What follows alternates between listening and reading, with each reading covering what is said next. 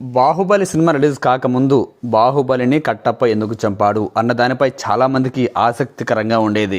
Director గారు కూడా అలా క్రియేట్ చేశారు. సినిమా రిలీజ్ అయ్యే వరకు ఒకటే వెయిటింగ్, ఒకటే ఆసక్తి, ఎప్పుడెప్పుడు రిలీజ్ అవుతుందా చూద్దామా అని. ఇప్పుడు ఎగ్జాక్ట్లీ అలాంటి ఇంట్రెస్టింగే, అలాంటి ఆసక్తే వైభవ్ సూర్యవంశీని ఎప్పుడు టీంలోకి తీసుకుంటారు. ప్రస్తుతానికి క్రికెట్ ప్రపంచంలో జరుగుతున్న చర్చ రచ్చ ఇదే. అతని టాలెంట్ను చూసి చాలామంది దిగ్గజాలే విస్తుపోయారు. అసలు ఇలాంటి ఆటగాడు క్రికెట్లో ఇంత త్వరగా వస్తాడా అని చాలామంది అభిప్రాయపడ్డారు.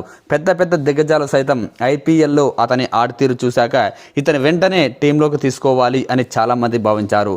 దానికి తోడు ఐపీఎల్ ముగియగానే టీమిండియాకు ఐర్లాండ్ లాంటి చిన్న దేశంతో మ్యాచ్లు ఉన్నాయి కాబట్టి ఖచ్చితంగా ఐర్లాండ్ టూర్కు సెలెక్ట్ చేస్తారు అనుకున్నారు. అందుకు తగ్గట్టుగానే సెలెక్ట్ చేశారు కూడా. కానీ తుది టీంలో అయితే తీసుకోలేదు. 2 టీ20ల్లోనూ అవకాశం ఇవ్వలేదు. అట్ ద సేమ్ టైం ఓపెనర్గా సంజు శాంసన్ ఈ 2 మ్యాచెస్లో ఫెయిల్ అయ్యాడు. అలాగే ఇక తప్పదు, ఖచ్చితంగా వెంటనే ఇంగ్లాండ్తో టీ20 సిరీస్ ఉంది. 5 మ్యాచ్ల టీ20 సిరీస్, అందులోనూ ఫస్ట్ టీ20 మ్యాచ్లోనే సూర్యవంశీకి అవకాశం ఇస్తారు అనుకున్నారు. కానీ అక్కడ కూడా అవకాశం ఇవ్వలేదు. అట్ ద సేమ్ టైం ఓపెనర్గా సంజు శాంసన్ ఫెయిల్ అయ్యాడు. దీంతో సంజు శాంసన్పై ఒత్తిడి, అలాగే సూర్యవంశీని తీసుకోవాలని టీం మేనేజ్మెంట్పై కూడా ఒత్తిడి. చాలామంది దిగ్గజాలు సైతం వెంటనే తీసుకోవాలి అంటున్నారు. ఇప్పుడు ఈ కోవలోకే సౌత్ ఆఫ్రికా మాజీ లెజెండ్ ఏబీ డివిలియర్స్ కూడా వ్యాఖ్యానించాడు. కనీసం ఇంగ్లాండ్తో సిరీస్లోనైనా ఖచ్చితంగా సూర్యవంశీకి అవకాశం ఇవ్వాలని సూచించాడు. డివిలియర్స్ మాట్లాడుతూ, వైభవ్ సూర్యవంశీ అంతర్జాతీయ క్రికెట్లోకి అడుగు పెట్టడానికి సరైన వేదిక ఇదేనంటూ అభిప్రాయపడ్డాడు. వైభవ్ను ఎప్పుడు మైదానంలోకి దింపుతారు? ఐర్లాండ్ సిరీస్ అతనికి అంతర్జాతీయ ఎంట్రింగ్కు అద్భుతమైన అవకాశం. కానీ దురదృష్టవశాత్తు అతనికి ఒక్క మ్యాచ్లో కూడా అవకాశం ఇవ్వలేదు. ప్రతి ఆటగాడిలాగే వైభవ్ కూడా అరంగేట్రం ప్రక్రియను అనుసరించాలని చెప్పడం నాకు సరైన వాదనగా అనిపించడం లేదు.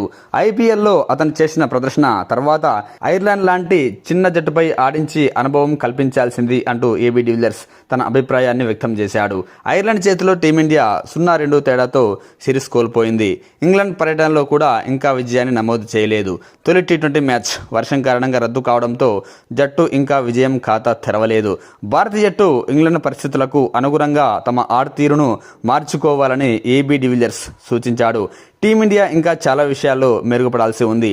ఇంగ్లాండ్ పరిస్థితుల్లో ఐపీఎల్ తరహాలో 250, 260 పరుగుల స్కోర్లు రావు. అక్కడ ప్రతి పరుగు కూడా చాలా విలువైనది. కొన్ని సందర్భాల్లో 140, 160 పరుగుల స్కోరే మ్యాచ్ గెలిపించడానికి సరిపోతుంది. అందుకే వ్యూహాత్మకంగా తెలివిగా ఆడాల్సిన అవసరం ఉంది అంటూ డివిలియర్స్ వ్యాఖ్యానించాడు. 2వ టీ20లో అయినా సూర్యవంశీకి అవకాశం కల్పించాలని వ్యాఖ్యానించాడు.